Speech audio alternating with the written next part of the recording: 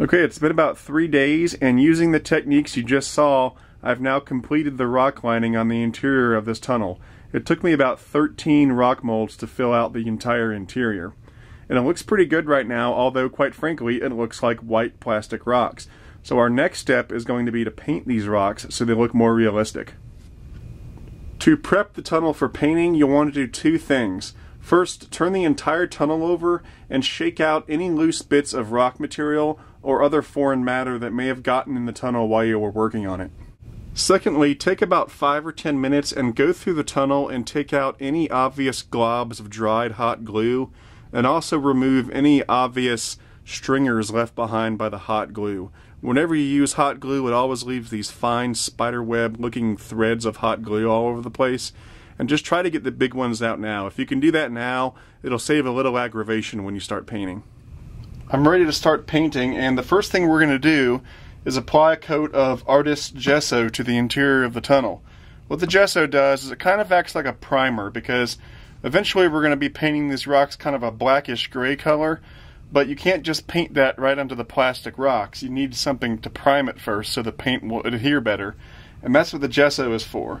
So I've poured some gesso into this smaller container. I've got another cheap paintbrush from Home Depot, nothing fancy. I've got a pair of tweezers here. You'll find out what these are for in a minute. And then I've also got some paper towels handy. So let's go ahead and start painting. I'm just going to get some gesso on my brush, and then nothing to it, just start to paint the interior of the tunnel. Now, the motion you want to use when you're painting this gesso on is a stippling motion like that. You're not just going back and forth, okay?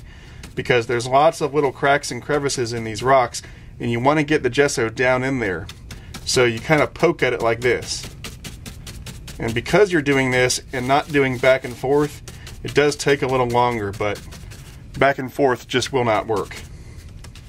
And just keep going like this for the entire length of the tunnel.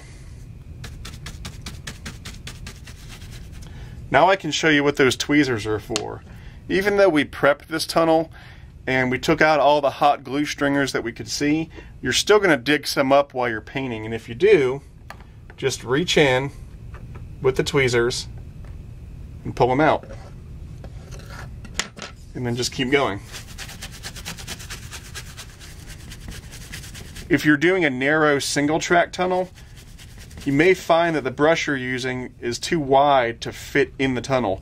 In that case, what I do is I just cut off the handle right there and then just use the stub of the brush to do my painting. I've applied the gesso to the whole tunnel, and now we need to let this stuff dry for a while. Probably 5 or 6 hours, because you want to make sure it's totally dry before we go to the next step. But one little trick I have to get this to dry faster is to take a little fan and prop it up next to the tunnel and cut it on, and this will literally act like a wind tunnel and get this stuff to dry a lot faster, probably cutting the drying time in half. So instead of 5 or 6 hours, you're looking at maybe 2 or 3. Okay, the gesso is completely dry, so now we can move on to the next step, which is to apply the powdered black tempera paint. This is the powdered black tempera paint we're going to use. It's sold under the name Black Shadow. You can get it at Bragdon Enterprises.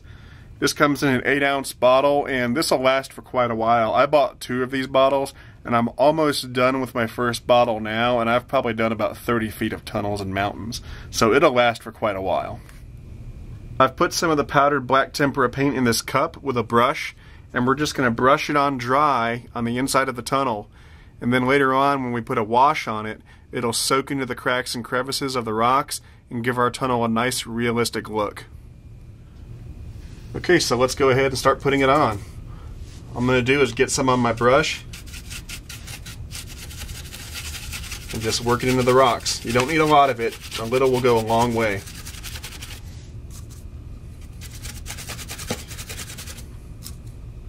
And it's not like you're trying to get an even coat of it everywhere, because we're going to put a wash on this after we're done, so it'll get distributed everywhere. You just want a nice light coating. And just kind of work it in there like that. And we're just going to work this in, just like this, for the entire length of the tunnel. Okay, I've brushed the powdered black tempera paint all over the inside of the tunnel, and now we're ready for the last step in making this rock look realistic. We're going to make a thin wash consisting of black acrylic paint and water, and then we're going to brush that wash all over the rocks. Here's the black wash I was talking about. It's almost all water, just a little squirt of black acrylic paint, and then I like to throw just a little dash of that black tempera powder in there too. It's really, really thin. And what you do is just get it on your brush and just start brushing it into the rock. And it'll mix with that tempera paint that's already on the rocks and give you a nice black color with a lot of depth.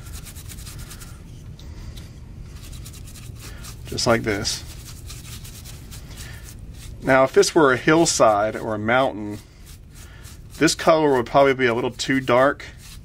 But since this is the inside of a tunnel, that's okay, because the inside of a tunnel has been getting years and years of engine exhaust on it. And so the rocks are going to be much darker than they would be if they were outside.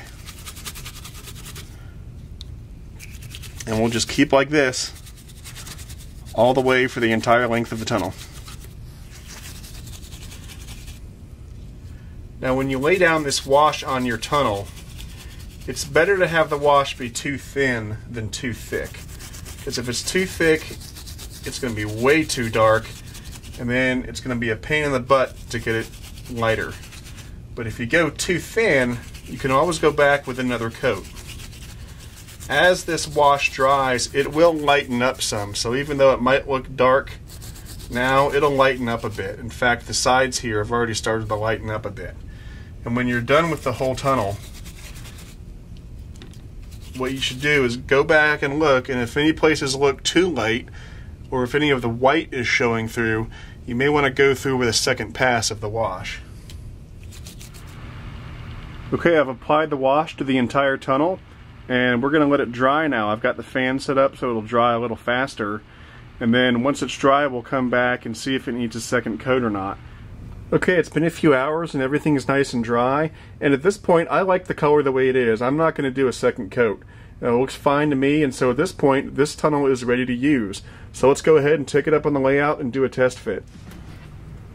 Okay, I've got the whole tunnel at one big piece, and we're just going to lay it right on top of the track. Just like that. And now we'll just make sure it's positioned correctly and make sure it fits right. Okay, I've got the tunnel in place and the clearance looks pretty good right now. Let's go ahead and give it a test with some cars. I've got a double stack as well as some long passenger cars. I find these double stacks are really good for testing tunnel clearances. And let's go ahead and give it a push through. Yep, looks like it clears it nicely. No problems there. And now let's try the second track.